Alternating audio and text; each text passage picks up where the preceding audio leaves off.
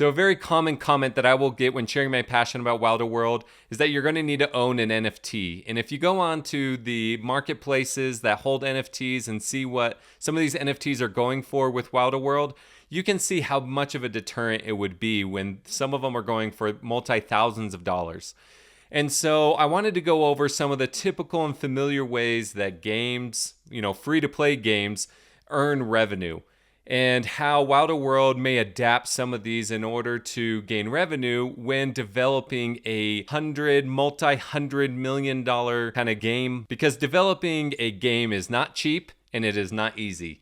So let's get into it. We're going to use Chat GPT as a resource. So take it with a grain of salt. It may not be 100% accurate, but it at least gives us a general idea of some of the prompts that I gave it in order to gain some information on what's out there when it comes to free-to-play games, revenue making, and fun game modes and different things like that keep people engaged and activated in these free-to-play games. So when I asked ChatGPT what are the 6 most profitable free-to-play games like Fortnite, Honor of Kings, PUBG, Genshin Impact, Candy Crush, or Roblox on this list. They are the 6 most popular free-to-play games, and I've heard about every single one of them, even though I have not played every single one of them. I know that some of these are extremely popular for different reasons, either through mobile or through PC or through console. And so it's really exciting to kind of see which ones fall at what level. Because when I went in and saw some of the daily active users, I was actually quite surprised to see PUBG Mobile up there above Fortnite. For some reason, I just had this idea that Fortnite would be up there as number 1 along with Roblox. But we see that Fortnite is all the way down at number 4 with 20 million daily active users, which I think that probably shoots up quite a bit depending on what they release and different types of things. But we can kind of see the impact of daily active users when it comes to these types of games. And so we can kind of see PUBG is very beloved, and then you have Roblox pretty much right there with PUBG. And then when we look at what devices people are using in order to play, the number 1 device is mobile, which doesn't really surprise me when it comes to the daily active users and who's, what game and on what and those types of things. But then we have PC and then console. And so we can see PC is still above consoles, even though consoles is still obviously a very beloved way in order to play games. And so when I think about Wilder World, I think over time, we're going to see Wilder World adapt each one of these depending on different types of game modes and different types of experiences. But I definitely can see use cases later on as the game gets developed where mobile would come into effect and be able to be used a lot more often, while PC is still going to be the workhorse of, device that individuals use in order to play Wilder World. And we see Wilder World's partnership with Samsung in order to help bring Wilder World to everybody, where anyone that has a Samsung TV will be able to access Wilder World through a gaming GPU service like NVIDIA GeForce Now, where you'll be able to get in, stream the GPUs, and be able to play games without having to have a huge, very expensive rig with a 4090 in it and all those types of things. And so we're going to see kind of a streamlined effect of, everyday players being able to utilize and play very high-end games in a very simple and straightforward way. And so we're going to kind of see the development of how people play games as time goes on. But it's interesting to see that mobile is number 1, even though I'm not too surprised about that. We can also see the 9 ways that free-to-play games create revenue. Now, this is a really important aspect because a lot of people will think that, Wilder World will only be selling NFTs and that's how they're going to gain their revenue, or they're going to sell their wild token and that's how they're going to gain their revenue. But they're going to adopt very familiar and typical ways for free-to-play games, and ways that don't kind of hinder into the experience of playing the game, and it doesn't become required, but it's a little bit more of something that you want to do, something you choose to do. And so things that we're very familiar with is like in-game purchases, or a lot of people talk about microtransactions, right? We're going to see within Wilder World, these microtransactions. The beautiful part is that we're going to see, citizens, wilders, active users to be able, if they choose, to participate in that economy where they're kind of building those NFTs, because everything in Wilder World is going to be an NFT, even though most people will just see it as a skin or digital asset or something like that they're typically used to while playing Fortnite, while they're playing Roblox and Candy Crush, those types of things. You're just going to be able to own it, and it's just going to be an asset, and you're going to be able to buy, trade, sell on a marketplace if you choose. And again, you're not going to have to, but microtransactions are definitely going to be something that you're going to find within Wilder World, between, cyberware, different types of equipment, and, different types of things that you're going to be able to come in. Obviously, we haven't gotten there. We haven't gotten any information, but I'm kind of seeing where games are typically at. And I'm sure Wilder World is going to adopt some of these typical behaviors. Things like battle passes and season passes. Within some of these game modes, they may sell some of these battle passes where you're going to be able to earn wild, at a greater rate, and use that wild, since that's going to be their in-game token, right? Just like, V-Bucks and other things like that, digital currencies that you find in almost every game. You're going, Wilder World is just going to use wild, their token. It's not going to feel any different than V-Bucks. And so you're going to be able to purchase it, earn it, utilize them within the game, just very much like what we see today within the gaming space. You also have ads. I imagine within the world, there's going to be companies in very high traffic areas that they're going to want to put up ads and different billboards and things like that. And that might be a way for owners of that land to be able to advertise or sell space for advertisement, where companies will be able to come in and advertise their brand and be able to get more exposure in different ways within a metaverse platform. You have things like cosmic items, which we just talked about, skins, outfits, and emotes, anywhere between, gun inspections to, we saw those like fatalities that you can probably earn through, different activities within the game, as well as just purchasing them through microtransactions. And so we're going to see a lot of cosmic items, right? Again, it's not just going to come from the game development. It's also going to come from individuals that are interested in creating cyberware and creating skins and being able to utilize the resources available to then put that into the world and sell them. And so that's going to be an interesting way for people to be able to participate within that world as well. You've got loot boxes or gacha systems.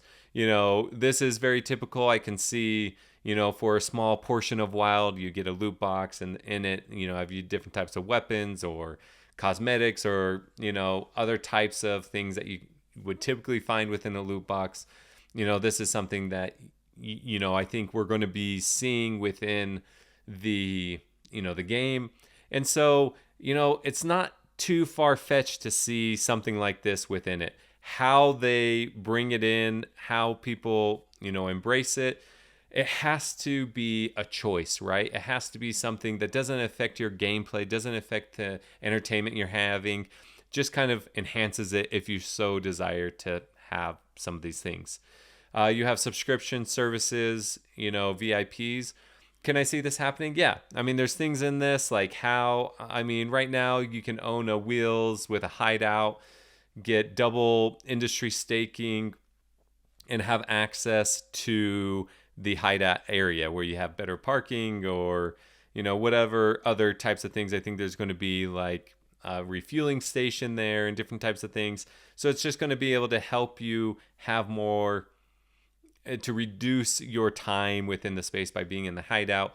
You also have like Trinity Island if you own a Trinity, if you do own a Trinity. There's these types of things that are already there, but I can see other types of exclusivity, not only by Wilder World, but by owners of land, that build a brand, that build a community, that build a, some type of commercial spot to be able to, provide a value to individuals. They may provide some type of subscription base, some type of exclusivity, and all that's going to be found within Wilder World. Wilder World themselves doing things like this, I mean, I can see it happen, but like right now on my mind, I know they're just looking to really build a really fun, free to play game and worry about some of these other things as more of an afterthought, because if people aren't enjoying their experience, some of these things just won't really matter. And so what these VIP things are, I kind of explained some of them just through what we already have. So basically by owning a Trinity would be like a first start. And right now there's 8 different assets that can help you build any type of Trinity. So, and I don't know what the lowest cost is, but obviously it's probably more than what the vast majority of people will want to buy. But if you're playing and you're really enjoying your time, it might be something that people are interested in. It just all really depends on how much people are really enjoying the game. But you have things like DLC, so maybe there'll be some downloadable content, some maps, some different, maybe, I don't know. There's all sorts of things. I mean, there's my mind kind of, when you think about racing, maybe it's, a new racetrack, a really fun racetrack that you can download. Maybe it's a certain level within Rebellion that you would be able to download. Maybe it's a different version of Rebellion that you can download, much like, zombies in Call of Duty, different things like that. There's things like that is easy to kind of think how it could apply within Wilder World. They just haven't really determined what that would be, but it's definitely a way that they could earn revenue if they so desired. And then you have an energy and fuel system, which we already know is going to be within the game. You're going to have vehicles in the game if you want to utilize it, and so you're going to have to refuel that vehicle, repair the vehicle. If you use NOS, you will have to refuel that. What the costs of all those things are, I'm not exactly sure, but they're really nice.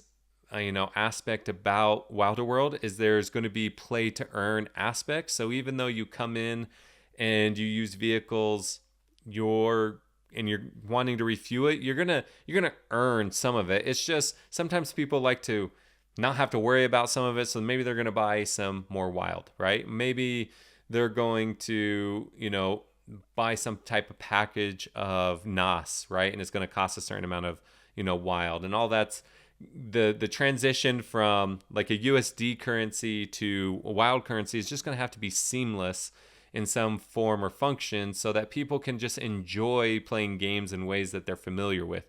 But there is definitely going to be an energy fuel system. There's probably going to be more. There's probably going to be some type of fuel system for crafts that may be a little bit different than, vehicles. Or maybe they use, fuel a lot quicker than, vehicles. There's just different things like that we don't know fully what it's going to look, but there is an energy fuel system that we're already going to find, and there's probably going to be more types of that.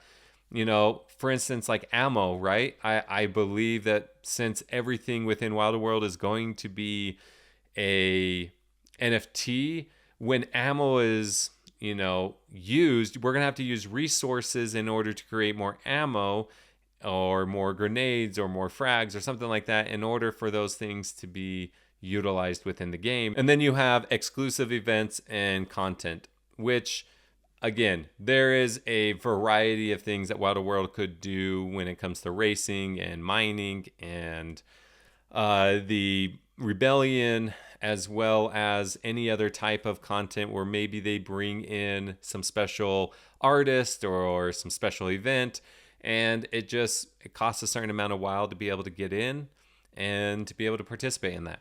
There can be a large variety of that. Maybe it's a tournament, right? Maybe you have to pay to get into a tournament in order to do F1 racing, or maybe you have to pay to get into a tournament in order to do some type of drag racing or street racing or whatever maps are out there.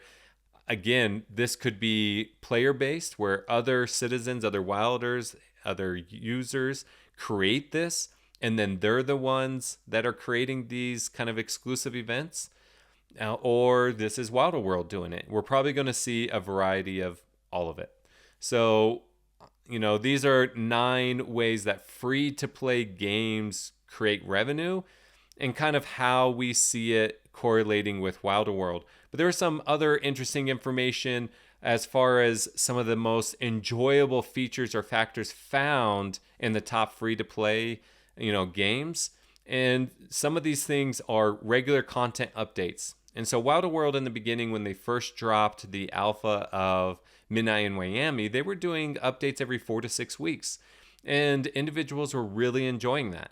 But then they also got the feedback where more impactful, updates would be really great as well. And so I bet we can see a dynamic where they do small updates like every 6 weeks. And then on like the third week or the third like 6-week period, they do a much larger update, right? So like once a quarter is a really large update, where every 6 weeks is like a smaller update. And so this is definitely something that I could see come in every single game mode to the open world and different things like that. And then like once a year or once every 4 years, we see like dramatic, releases, or that might be too long, like every 2 years, just like we see in like World of Warcraft, right? We see all these like updates of different dungeons and raids and different things like that come out, and then you have the new expansion. And so you can see those small kind of updates with a large one. Then they have on here rewarding progression systems. And so, getting rewarded for leveling up, unlocking certain areas, maybe of maps, of buildings, and different things like that. Then you have social features. So having friends lists, their Wilder World and, more zeros releasing Zero Messenger. Already you can utilize Zero Messenger. They're going to be releasing their social network. We're going to be able to better connect and utilize a decentralized social network in order to share your thoughts, your ideas, your opinions, your videos, your content, anything that kind of goes along with it. And so you can see Wilder World already working on some of these social features. You have competitive ranked play. We've already seen tournaments for Midnight in Miami. I imagine we're going to see a huge variety of tournaments and different types of competitions within Wilder World. That's going to be fun and engaging. I know the one in Austin was highly enjoyed by those that showed up, and a lot of people had a great time. A lot of gamers that went really enjoyed that event and enjoyed that from Wilder World. So it's kind of bringing real world and digital world together in these large tournaments. You have customization, which we are going to find within Wilder World. You're going to see wheels customization, avatar customization, your customization of your cyberware, customization probably of your weapons, customization of pretty much anything. I can see where beasts become more customized, or what else? Obviously your land is going to be much very customized. And so I'm trying to think of the different industries we already know. Your pals gens or your pals beings, might be customized in different types of ways. And so we're definitely going to see customization as a large part of Wilder World. We have engaging gameplay loops. This is something that they're really focusing in on. From the gameplay trailer, you see that they kind of fly in, they land near the apartment. You go into the apartment, you kind of change your equipment and your gear, then you glide down, you're battling on the streets, and then he got into a car, then he drove that car to the Hydrolink, he got into the Hydrolink, then he goes down and starts kind of playing a third-person shooter, depending on which one you want, and going through and trying to close the breach. And so you had a little bit of just casual play, you had open world play, you had racing, and you had kind of first-person shooter all in that. And then when you look around at the buildings and different things, you have kind of mining on display and land on display and resources on display. You go in and you buy from the pals being a weapon. And so you have just these different types of, gameplay loops within it. That was just the simplicity, the very basic that we saw in the gameplay trailer. And that's only going to become more complex, more engaging, more involved. And so definitely a very, very important aspect of a good game are these engaging gameplay loops. And then cross-platform play. Right now, obviously, it's just being able to play on a PC. I know they're trying to do the NVIDIA GeForce Now so that more individuals will be able to play either on PC, just browser-based playing, right? I can see different game modes coming out for the mobile, things like maybe the mining game, or maybe just some other type of game that's either created by the team, by the developer, or by another individual, another Wilder or citizen or user that has come up with a game that is implemented into the system for people to be able to access. I can see all sorts of things like that to be connected to Wilder World, where eventually it's going to be across multiple platforms. And obviously console, console's still a very beloved form of playing games. And I can definitely see the racing game on there. I can definitely see first-person shooter on there. I can definitely see different game modes and even open world. And so it may be where everything is being, capable of played on a console. And so we kind of see that through Off the Grid, who's doing a very good job of being a incredible Web3 game and doing things right in many ways. Obviously, they're going to have to improve. They're going to have to optimize. They're going to have to kind of tweak things. But I think they're doing an incredible job of demonstrating what a game can do in the Web3 space and be able to draw in a lot of different users. And then you have obviously co-op and multiple player modes. That's definitely something where you bring in that social aspect and bring people together. You're going to have a lot of that. It's obvious that Wilder World is going to have that in a multitude of ways. And then frequent in-game events. And so, I think that's a very easy thing to implement.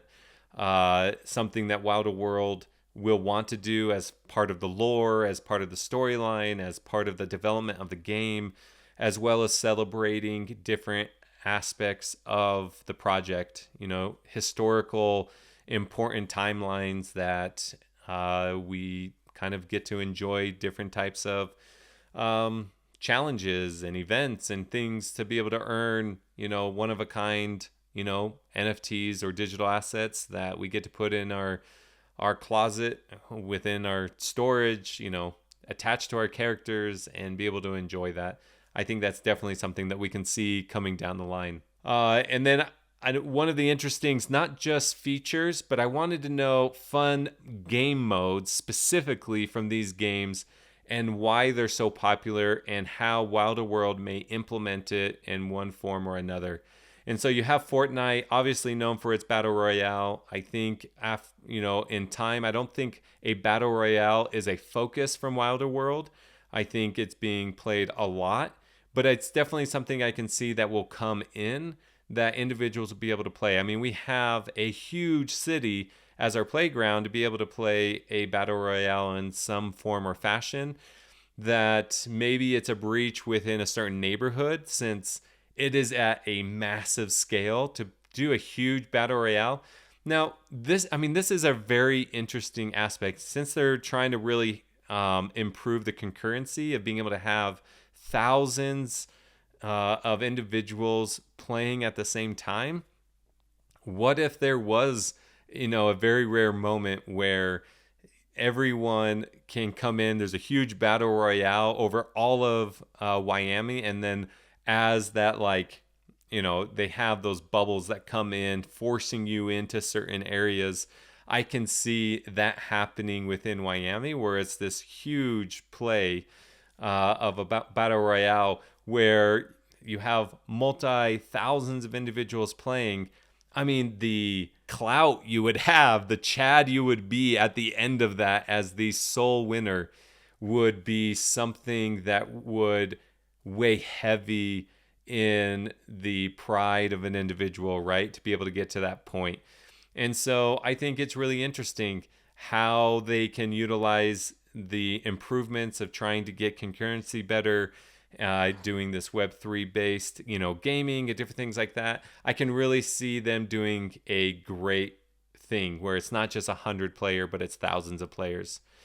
And then you have PUBG, which is classic mode, so it's just standard battle royale. Again, battle royale being a very popular, but then you have team deathmatch, which obviously we can see someone chooses the forum side, someone chooses like a Wilder side, and then you have these team deathmatches. I can see that as being a really fun game mode for individuals to play. Again, even funner when you get these concurrencies increased where thousands of people are able to play without an hindrance to your experience. And then you have Honor of Kings, their classic 5 versus 5 mode. So again, basically team-based gameplay. You can either do that through racing, you can do that through, maybe there's something where you have to do racing and then shooting and mining, where they kind of do the open world, everything combined together. And you have to play through it with a team and get to the end as victors. I can definitely see those types of games being played within Wilder World. And then you have, Genshin Impact, where it's a story questing. I kind of see this related more to open world when it comes to Wilder World. They're really going to kind of focus on that storyline, that original IP to kind of draw people in. Obviously, sci-fi isn't everyone's genre that they really enjoy, but I think with a really good story, getting involved can be really fun, right? Like playing orcs and trolls and wizards and stuff isn't necessarily my favorite genre, even though I actually do really love fantasy and stuff. But I love the aspects of that usually fantasy brings in, right? That storyline, that base. And that's why I think I really was drawn to World of Warcraft when I used to play. I think Wilder World can really bring in people that aren't necessarily fans of sci-fi if they do it in a really special way with their storyline and really engaging people of all walks of life, of all walks of genre. I think avatars can really, bring that to life. They can utilize and lean into avatars to really bring that to life. And then you have Candy Crush, which is, I see this as just like a really fun, easy way to just kind of decompress, right? And so I can see like an easy way of mining, an easy way of, I don't know. I mean, I can't think of anything like right here off the top of my head, but it's just it engages your mind with puzzles, but then you get those like visual effects of sounds and then being able to hit different candies that do different things. And so it's like you have this constant source of dopamine of having fun. It's easy. It's brain dead. Moms can sit on the couch and play it. You've got, individuals that can, they play it at different aspects at different times to be able to just decompress and have a good time. And so I can see how that can be implemented. It just has to be done in a, very seamless, effective way that kind of fits within everything. And so will it be something that they focus on right away? Most likely not. But would I be too surprised to kind of attach people utilizing mobile, PC, console to be able to kind of open up the world in different ways to individuals where you still get connected? For instance, let's go with World of Warcraft. They've jumped from genre of game to genre of game to genre of game with, Heroes of the Storm and Hearthstone, as well as just World of Warcraft original to World of Warcraft, the multiplayer online game, and so they are even expanding in different ways to be able to get their IP out. And so I can definitely see that to kind of draw in different types of user bases to play the game. And then you have Roblox, which, I kind of see in similar ways to Minecraft, but not, there's a lot of difference between those two. But what I really do like that they brought up is the variety of user created games. I really do see that in time, Wilders are going to be able to create their own games, create their own experiences, and be able to bring people in. And so they're going to be able to expand their brand in different ways.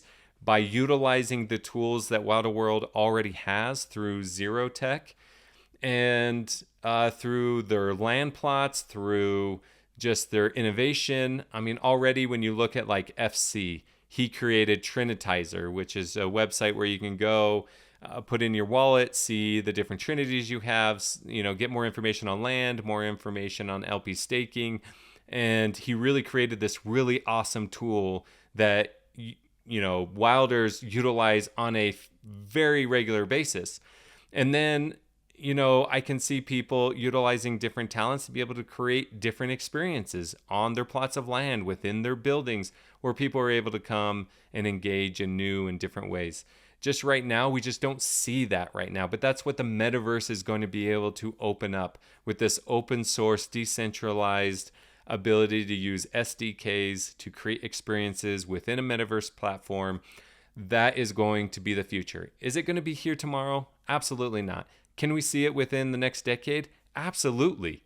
And that's what's really exciting about these teams and these projects that are really building a platform for individuals to be able to come on and utilize it in new ways.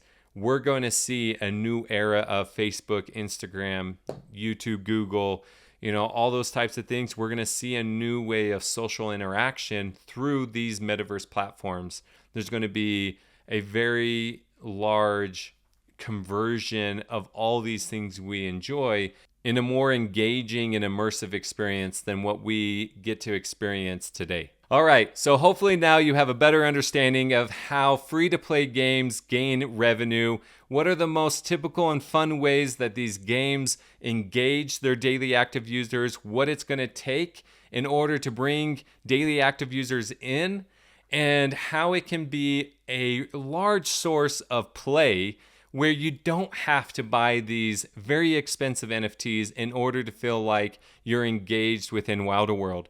There is going to be a variety of ways to be able to get in, play the game, interact with other Wilders and other daily active users, and be able to really enjoy your time within the game.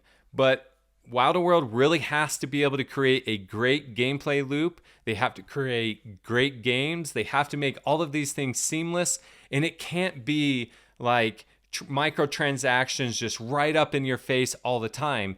It's got to feel kind of like it's just part of life. Like you have the choice at all times to engage in Wilder World. And if Wilder World can pull that off, it's going to be a very successful game.